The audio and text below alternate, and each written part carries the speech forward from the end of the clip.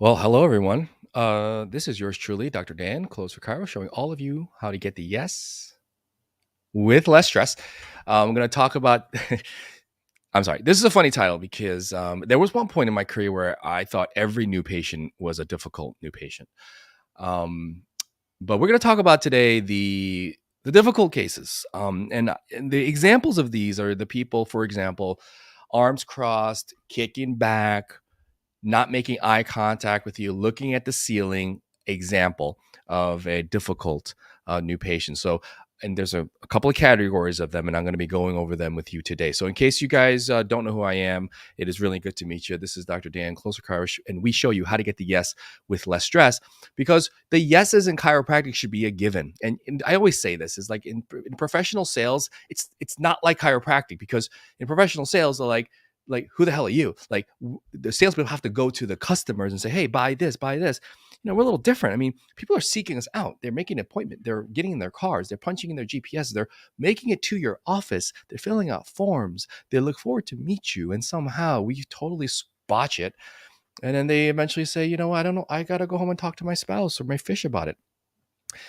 It's not appropriate. It is not sustainable.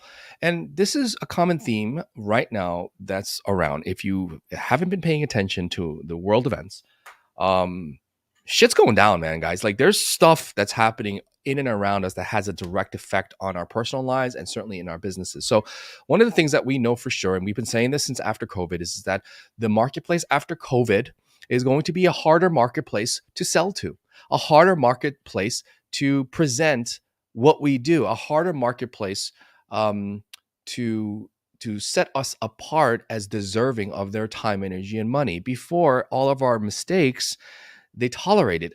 The new marketplace, they won't. And so I'm just letting you guys know right now, okay? Before it all happens and before things get worse and before people are really reducing their discretionary spending, like we have to be positioning ourselves as in demand for the things that they truly want, need, or desire. Because I don't care how bad the economy ever gets in this world, they still buy stuff, right? I don't care in the worst recession, okay, in US history, let's say, or world economy history, they still bought stuff, right? They still made the room and the decision to still buy the things they truly want and need or desire, aside from the just food and shelter, okay, guys? So what's the difference? The disparity between the better salespeople and the worst salespeople, that gap will continue to widen, and that is my call. That is my prediction. So if you guys are on with me right now, thank you. I appreciate you hanging out. If you guys are in the room, hey, just put up a thumbs up or hello or smash that love button or say hi. My name is John from Alberta, Canada, or something like that. Let me know who you are and put it into the comment. Just let me know you guys are in the room. Okay. Oh, a lot of people in the room. Okay, so let's get going. So, how to handle difficult patients. Now, this ain't going to go exactly how you think it's going to go. What a surprise. We need to understand that if our systems and our mentality and our headspace and our approach is not designed for the toughest new patient, there will always be times where you just look at the new patient and be like, oh, this one's tough, or oh, I'm just going to throw in the towel here and completely give up. Okay. So let me give you another example. If you don't have a process to present and sell a case that is the toughest, which would be a complete self pay, no insurance, high ticket, high fee, high investment. If your system is not designed to sell to those types of cases, right? Then you'll always be in a situation and be like, ooh, that's too much, or ooh, that's not going to work, or people are just saying no, thank you to you left and right. Because if you get anything that's easier than the hardest case, right, it's a complete layup. And that's what I need you to understand is that you need to do things so that on the majority of days, on the majority of cases, it's a complete layup. It's a layup. It's business as usual. There's no pulling teeth. You don't have to work that hard. Make sense? A lot of our clients right now are enjoying close rates of 70, 80, 90%. The majority of them are just like, okay, another one. Okay. A systematized way of just presenting value to what you do, demanding high dollar, demanding high commitment, and they're good to go. Occasionally you get the weird ones, right? But that all depends on your level of skill. If you are unskilled, You will constantly be presented with situations where you're saying, ooh, that was really hard. Let me give you another example. Oh my God, I'm sorry to beat a dead horse. But if you're a figure skater, all right, sorry, I'm just making shit up. If you're a figure skater and there's a list of moves that you have to do, if you're not skilled, they're all gonna look really hard. I gotta do a triple Lutz. Holy crap. What is that? I don't even know what that is, right? But then you get the professional or the Olympian that has practiced and has the skills. Not only do they have the skills, but they have so many repetitions that they just do it subconsciously. Like, okay, that's gonna take some work, but I totally got this. Do you get what I'm saying? This is what we're talking about. And today's lesson on how to handle the difficult new patients is a skill, right? It's a skill. And it only makes it something that is easily workable if you have the repetitions and the experience, so that if you ever encounter that situation again, it's like, oh, no problem, I got this, I've been here before, I know exactly what to do. And this is how I want all of you guys to approach your business. Oh my God, I'm going on a total tangent. If you guys are still with me after my diatribe, thank you very much. If you guys are in the room, hello. Who's in the room right now? Who is saying, hello, Sean Run DMC. What's up? What is up? Difficult new patients. All right.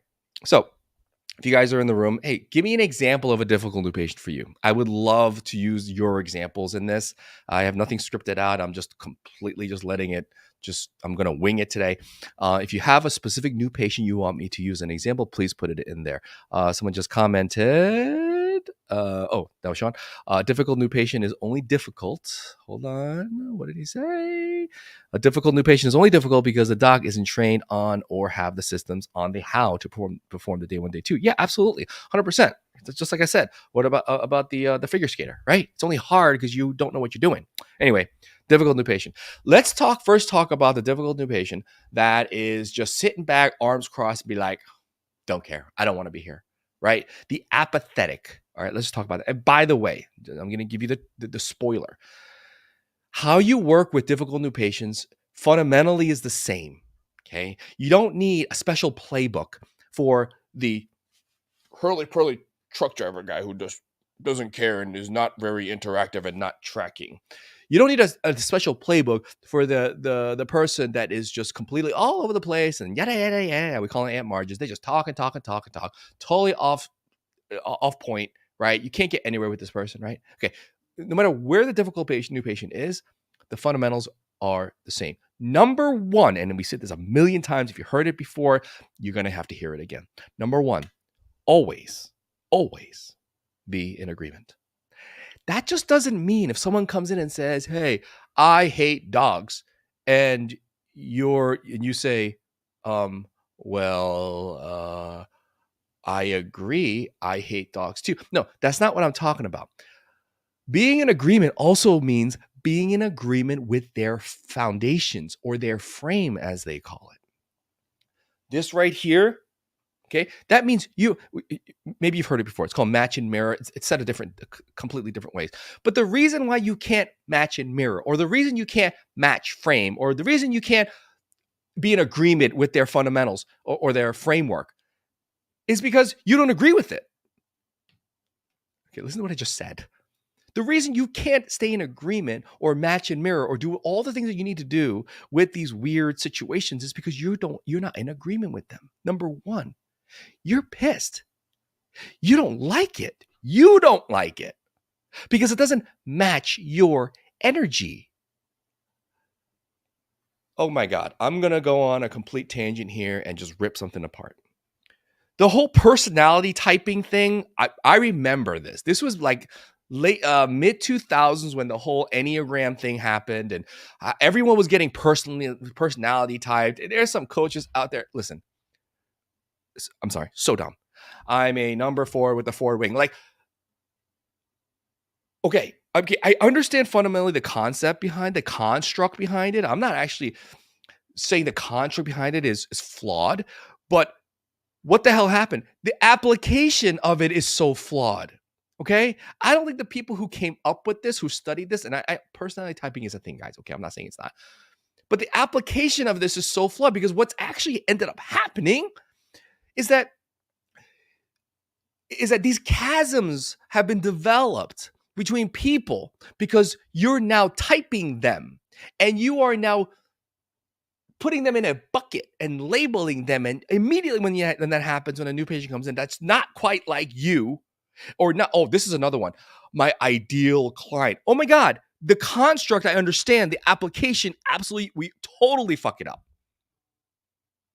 I want this as my ideal patient. And then someone that comes in that's not your ideal patient, it's a complete jumble fuck. You completely screw it up. Why? Because you are not in agreement. This is the fundamentals of dealing with difficult new patients. The mere fact that you actually had to say that this person is difficult means that you are in disagreement with that framework. You are in disagreement or not in alignment with the person across from you. You refuse to match and mirror. Okay, you take your pick, however you want to call this. You refuse to be in agreement. I don't want to be here. My wife told me to come in. Would you say, Doc? I don't care. Like, you see that? I get it. But you are playing. Listen to me, docs. Listen to me very carefully right now. In a social situation, you get the hurly-burly truck driver, right? And you don't like it. You see, it's okay. You can walk away. Why? Because you're in a social situation, right? There's no obligation and duty on your part to do anything for the hurly-burly truck driver that you met at a golf outing for a fundraiser. I don't really like him. Anyway, who else is here? But in the office, you have an obligation and duty to serve this person that sought out your help. The rules have changed. Sorry, I feel like I'm preaching here. But this just riles me up because I don't like this guy. This new patient is so nasty. This new patient is so it doesn't have a really good energy. And so you shut it down. Shame on you. Did you not take an oath? This person sought you out. Said, coming to Dr. John seems like a good idea because I got a problem. And they make it all the way to your office, schlep all the way into your office in 180-degree heat in Houston, right? Or negative 40 below wind chill factor in Edmonton. Yet they get in front of you and you can't play the role of the doctor because this person's difficult. So number one is be in agreement.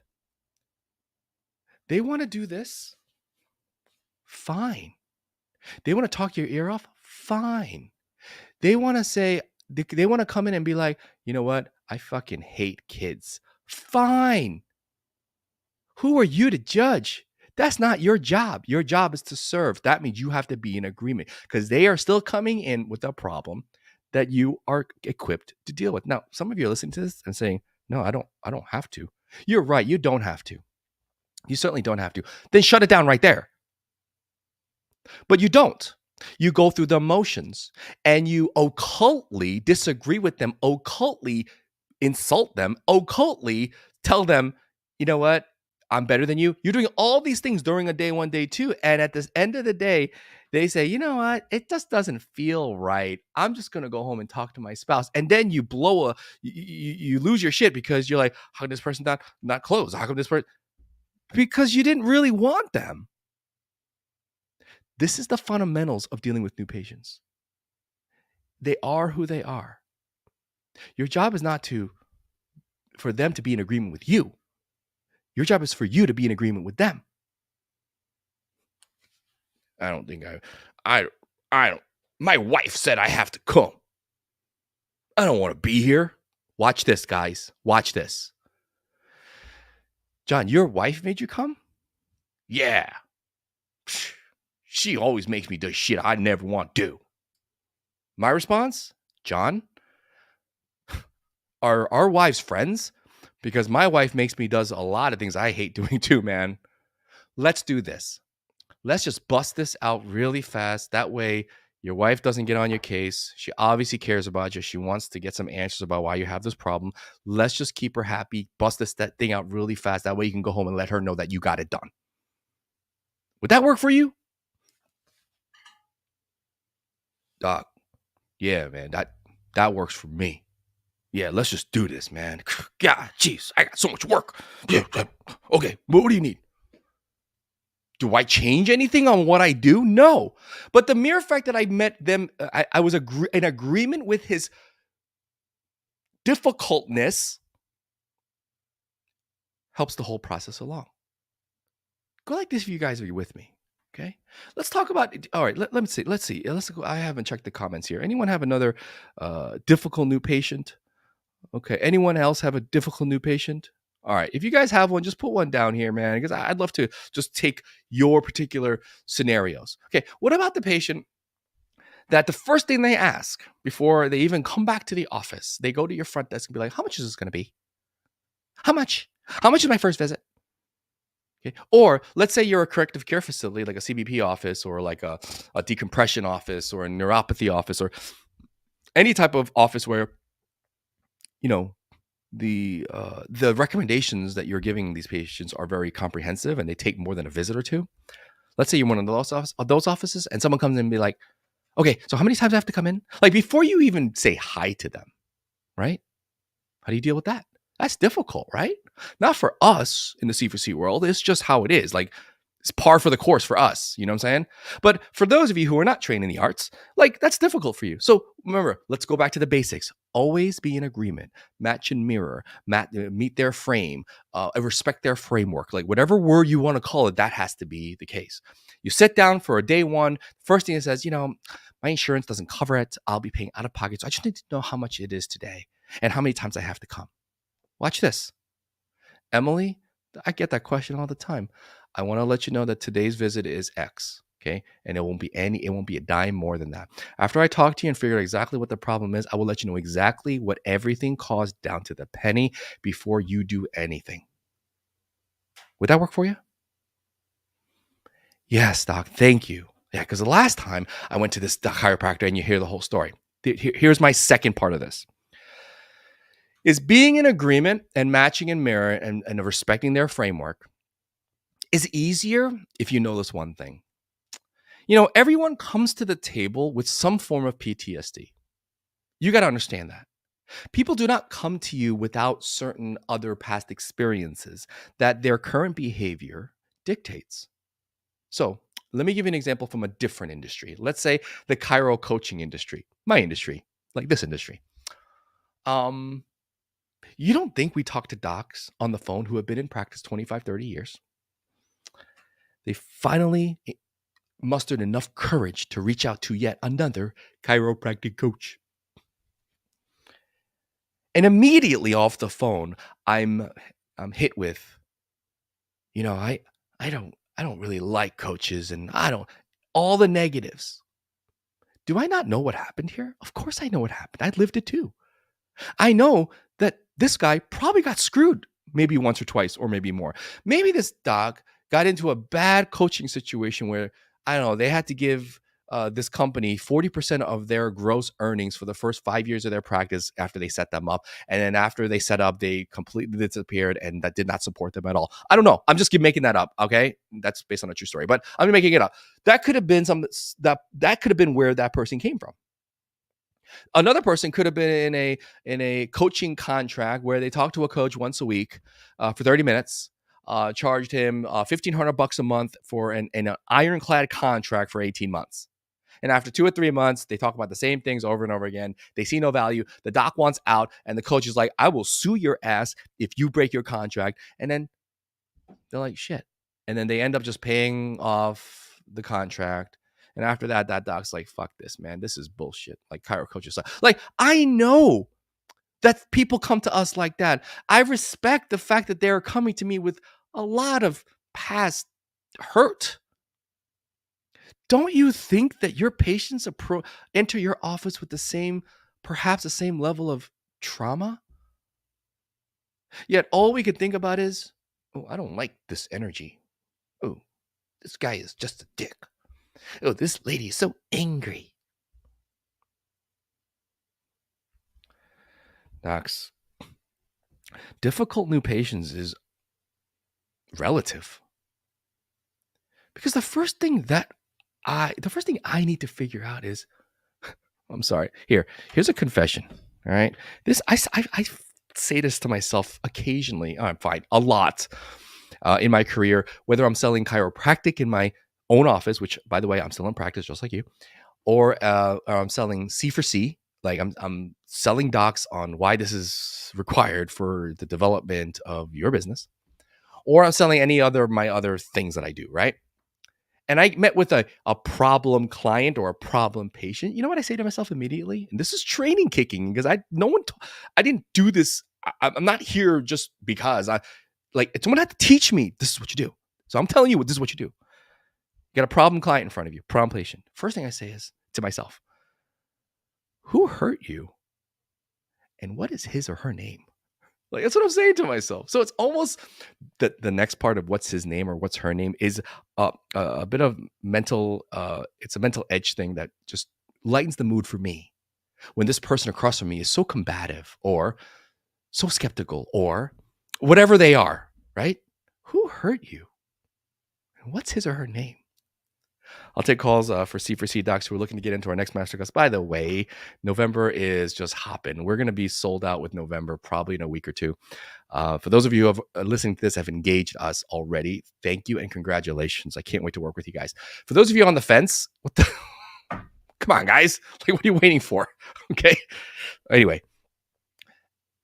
And if I'm talking to these masterclass prospects and leads that are looking to get into the next November event, let's say, and they're just combative and complaining and blah blah blah. Listen, I want to let you know we do not look at you like you're an asshole or you're difficult, right?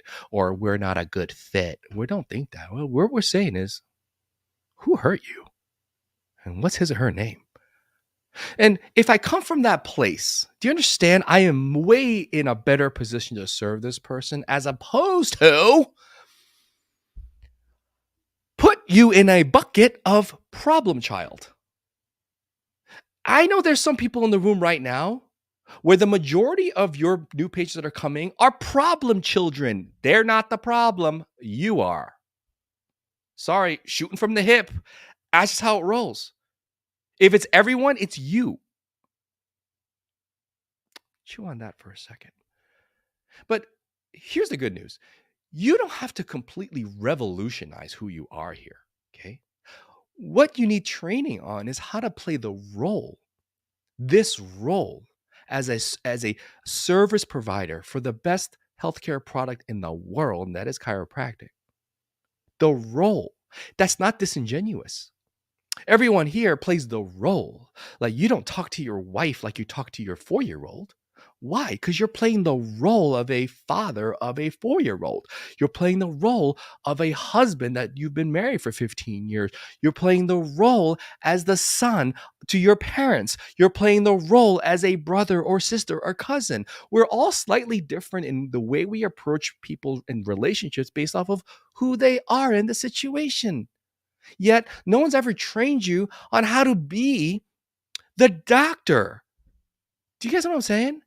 So you have to figure out this role all by yourself. I'm letting you know, you don't have to go it alone. We understand that. And there is a role that you have to play. Again, it's not disingenuous. It is what it is. Isn't it crazy that, quote, difficult new patients come in and then they become one of your best and favorite new patients in the office?